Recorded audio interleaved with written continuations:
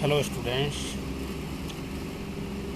welcomes all of you again in online classes Chemistry with Vijayan।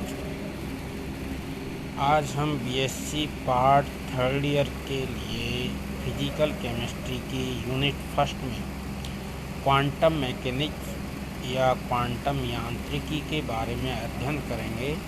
पिछली class में हम पढ़ चुके हैं क्वांटम यांत्रिकी का एक इंट्रोडक्शन। अब हम यहाँ आज स्टडी करेंगे अबाउट द ब्लैक बॉडी और कृष्णिका। तो कृष्णिका एक ऐसे काल्पनिक पिंड को कहा जाता है जो अपने पर आपतित समस्त तरंगदैर्ध्यों की विकिरणों को अवशोषण अथवा उत्सर्जन करता हो। किसी पिंड द्वारा आपतित विकिरणों का कुछ भाग अवशोषित, कुछ भाग परावर्तित तथा कुछ भाग स्थानांतरित हो जाता है। ठीक है, तो इस पिंड द्वारा जो भाग अवशोषित होता है उसे अवशोषकता कहते हैं और एक आदर्श कृष्णिका के लिए इसका मान इकाई होना चाहिए। मतलब जो एक आइडियल ब्लैक बॉडी होगी उसके लिए जो अवशोषकता है उसकी वैल्यू क्या होनी चाहिए, A=1 होनी चाहिए एक आदर्श कृष्णिका के लिए। किरचॉफ के नियम का अनुसार भी किसी दिए हुए ताप पर समस्त पिंडों की उत्सर्जन क्षमता एवं अवशोषकता का अनुपात स्थिर होना चाहिए। मतलब वो कहने का मतलब वही है कि दोनों का जो अनुपात है उत्सर्जन क्षमता और अवशोषकता उसकी वैल्यू भी क्या होनी चाहिए, इकाई होनी चाहिए। अर्थात कृष्णिका एक अच्छे अवशोषक के साथ साथ एक अच्छा उत्सर्जक भी हो तो ज़्यादा अच्छा रहता है। तो कृष्णिका विकिरण के अध्ययन के आधार पर निम्न 3 नियमों का प्रतिपादन हुआ जो निम्न प्रकार है। सबसे पहला हमारा है स्टीफन्स रूल या स्टीफन का नियम। ठीक है, इस नियम के अनुसार कृष्णिका की सतह के प्रति इकाई क्षेत्रफल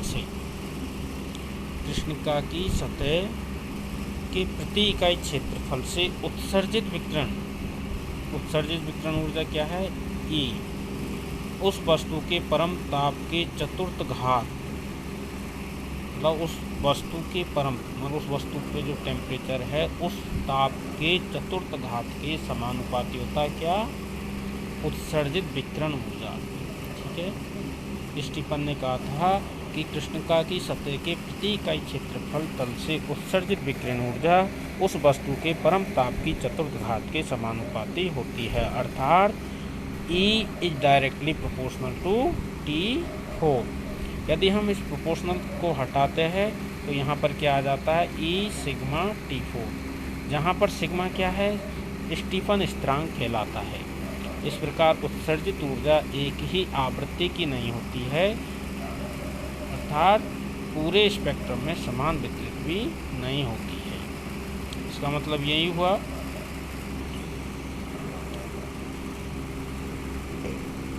जब लैम्डा तरंगदैर्ध्य और ई लैम्डा का मान ज्ञात करके उनके मध्य ग्राफ खींचते हैं तो वो उसके प्राप्त होने वाले विकिरणों के समान प्राप्त होती है। यदि कृष्णिका की सतह का क्षेत्रफल A, यदि कृष्णिका की सतह का क्षेत्रफल क्या है, A है, तथा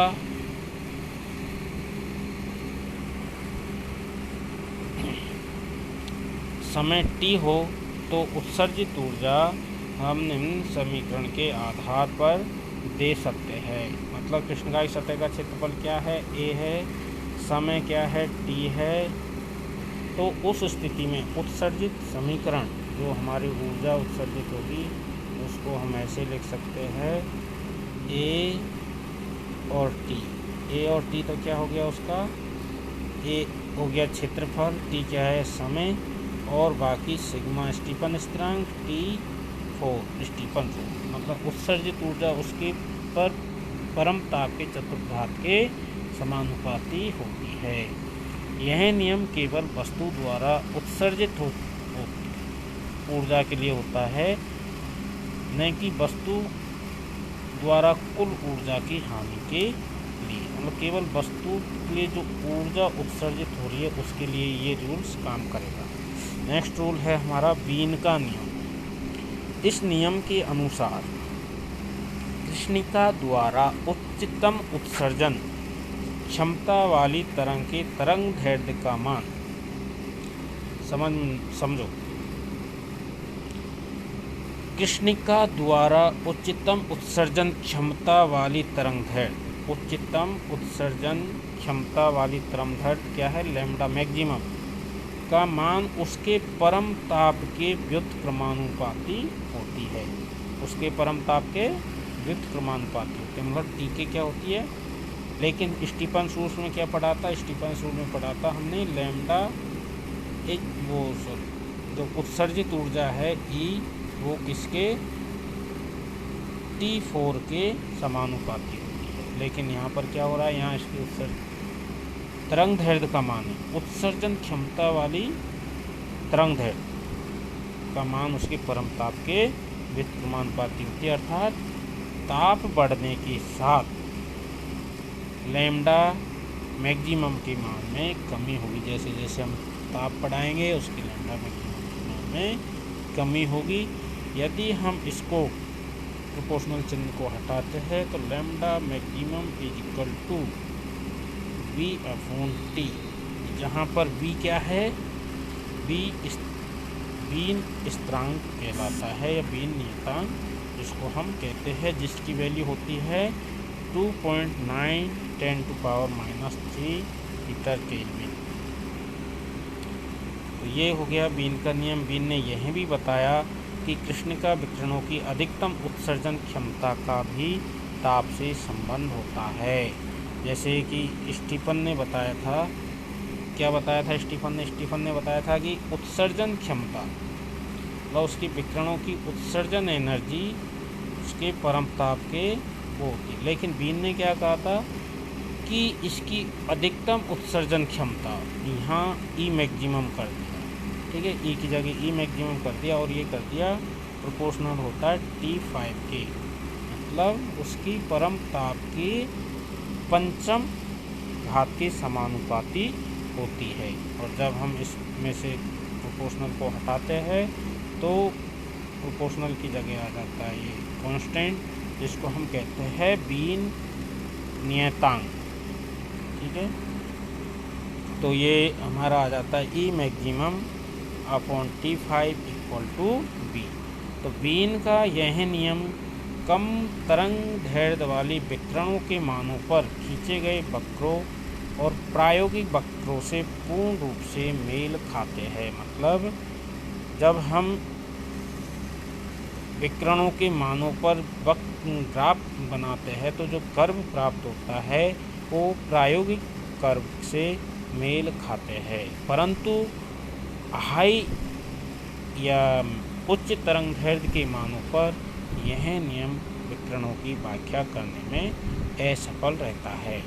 तो इसके पश्चात आता है रेले जीन्स का नियम।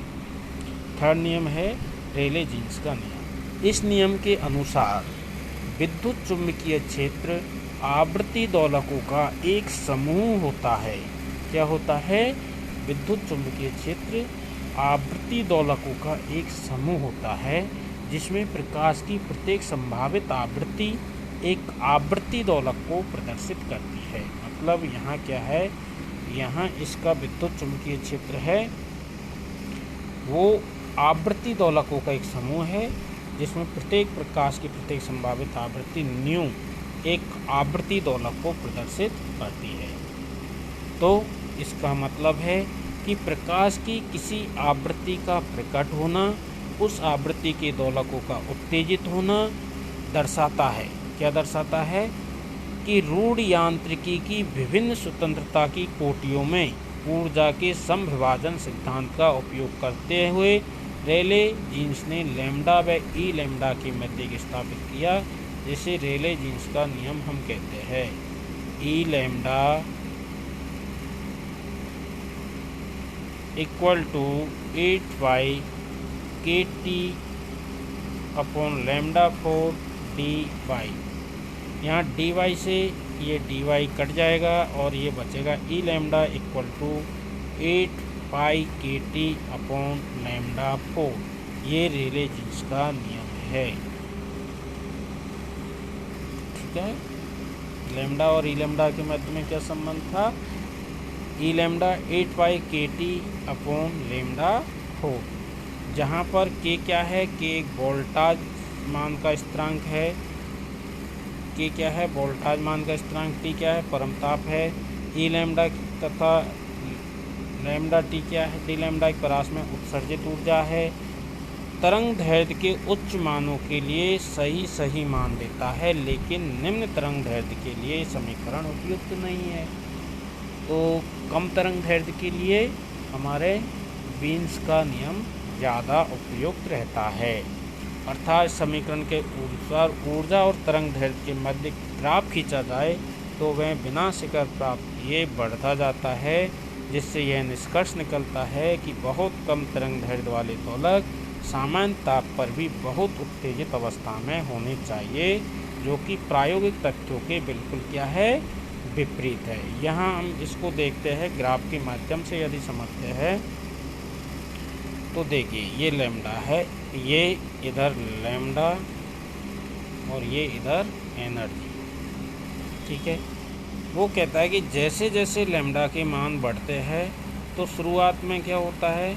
ये इस तरह से बीन के नियम के अनुसार ये इस तरह से होता है। ठीक है, शिखर प्राप्त होता है। लेकिन रेले जीन्स का नियम और प्लांक का नियम ये कहते हैं कि जब हम एनर्जी और लैम्डा के मध्य में, मतलब उच्च तरंग दैर्ध्य के मध्य में ग्राफ ये खींचते हैं तो उसका जो कर्व है वो शिखर को प्राप्त नहीं होकर के बढ़ता जाता है इस तरह से ये। ठीक है, तो ये एक इसकी आदर्श स्थिति है। ठीक है, तो बीन का नियम तो उच्च तरंग दैर्ध्य के लिए ज़्यादा वो है, लेकिन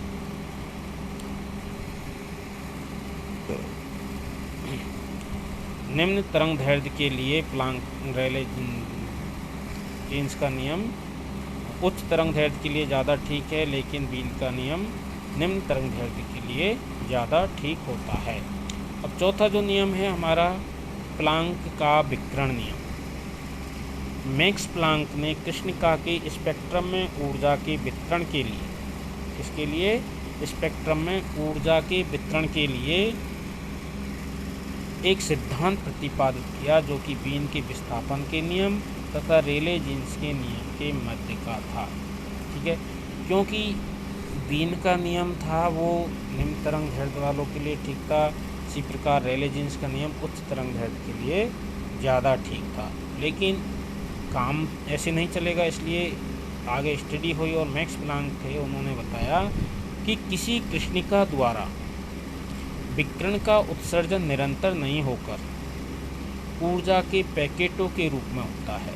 अर्थात प्लांक ने कहा था कि भाई कोई भी ब्लैक बॉडी है उससे जो रेडिएशन है लगातार नहीं निकलती है, बल्कि वो एक ऊर्जा के पैकेट के रूप में होती है, जिसको हम क्या कहते हैं? फोटोन। ठीक है, और प्रत्येक फोटोन या प्रत्येक क्वांटम में ऊर्जा का मान विकिरण की आवृत्ति के समानुपाती होता है, अर्थात E is directly proportional to mu. अगर प्रोपोर्शनल चिन्ह को हटाते हैं तो E equal to H nu, जहाँ पर H क्या है? H प्लांक स्थिरांक है, E क्या है? क्वांटम ऊर्जा है, म्यू क्या है? विकिरण की आवृत्ति है। तो प्लांक ने लैम्डा तथा ई लैम्डा के मध्य ग्राफ खींचा और बताया कि कृष्णिका कई दोलनों से मिलकर बनी होती है, जिसमें प्रत्येक दोलन की आवृत्ति निश्चित होती है तथा इन दोलनों की ऊर्जा लगातार परिवर्तित नहीं होती। जैसा कि हमने अभी पहले भी देखा था, ये जो ग्राफ इस तरह से ये लैम्डा बढ़ते हुए, ये एनर्जी बढ़ती हुई, यदि हम यहाँ ग्राफ खींचे तो वीन्स के नियम के अनुसार तो ये एक शिखर प्राप्त करती है, फिर उच्च तरंग दैर्ध्य के लिए ये काम नहीं करती। इसी प्रकार से जो रेले जीन्स का नियम हम देखते हैं, तो रेले जीन्स के नियम में ये निम्न तरंग दैर्ध्य के लिए काम नहीं करती, लेकिन उच्च तरंग दैर्ध्य के लिए इस तरह से ग्राफ होता है। यहाँ ये इनका एक इसी प्रकार प्लांक का नियम भी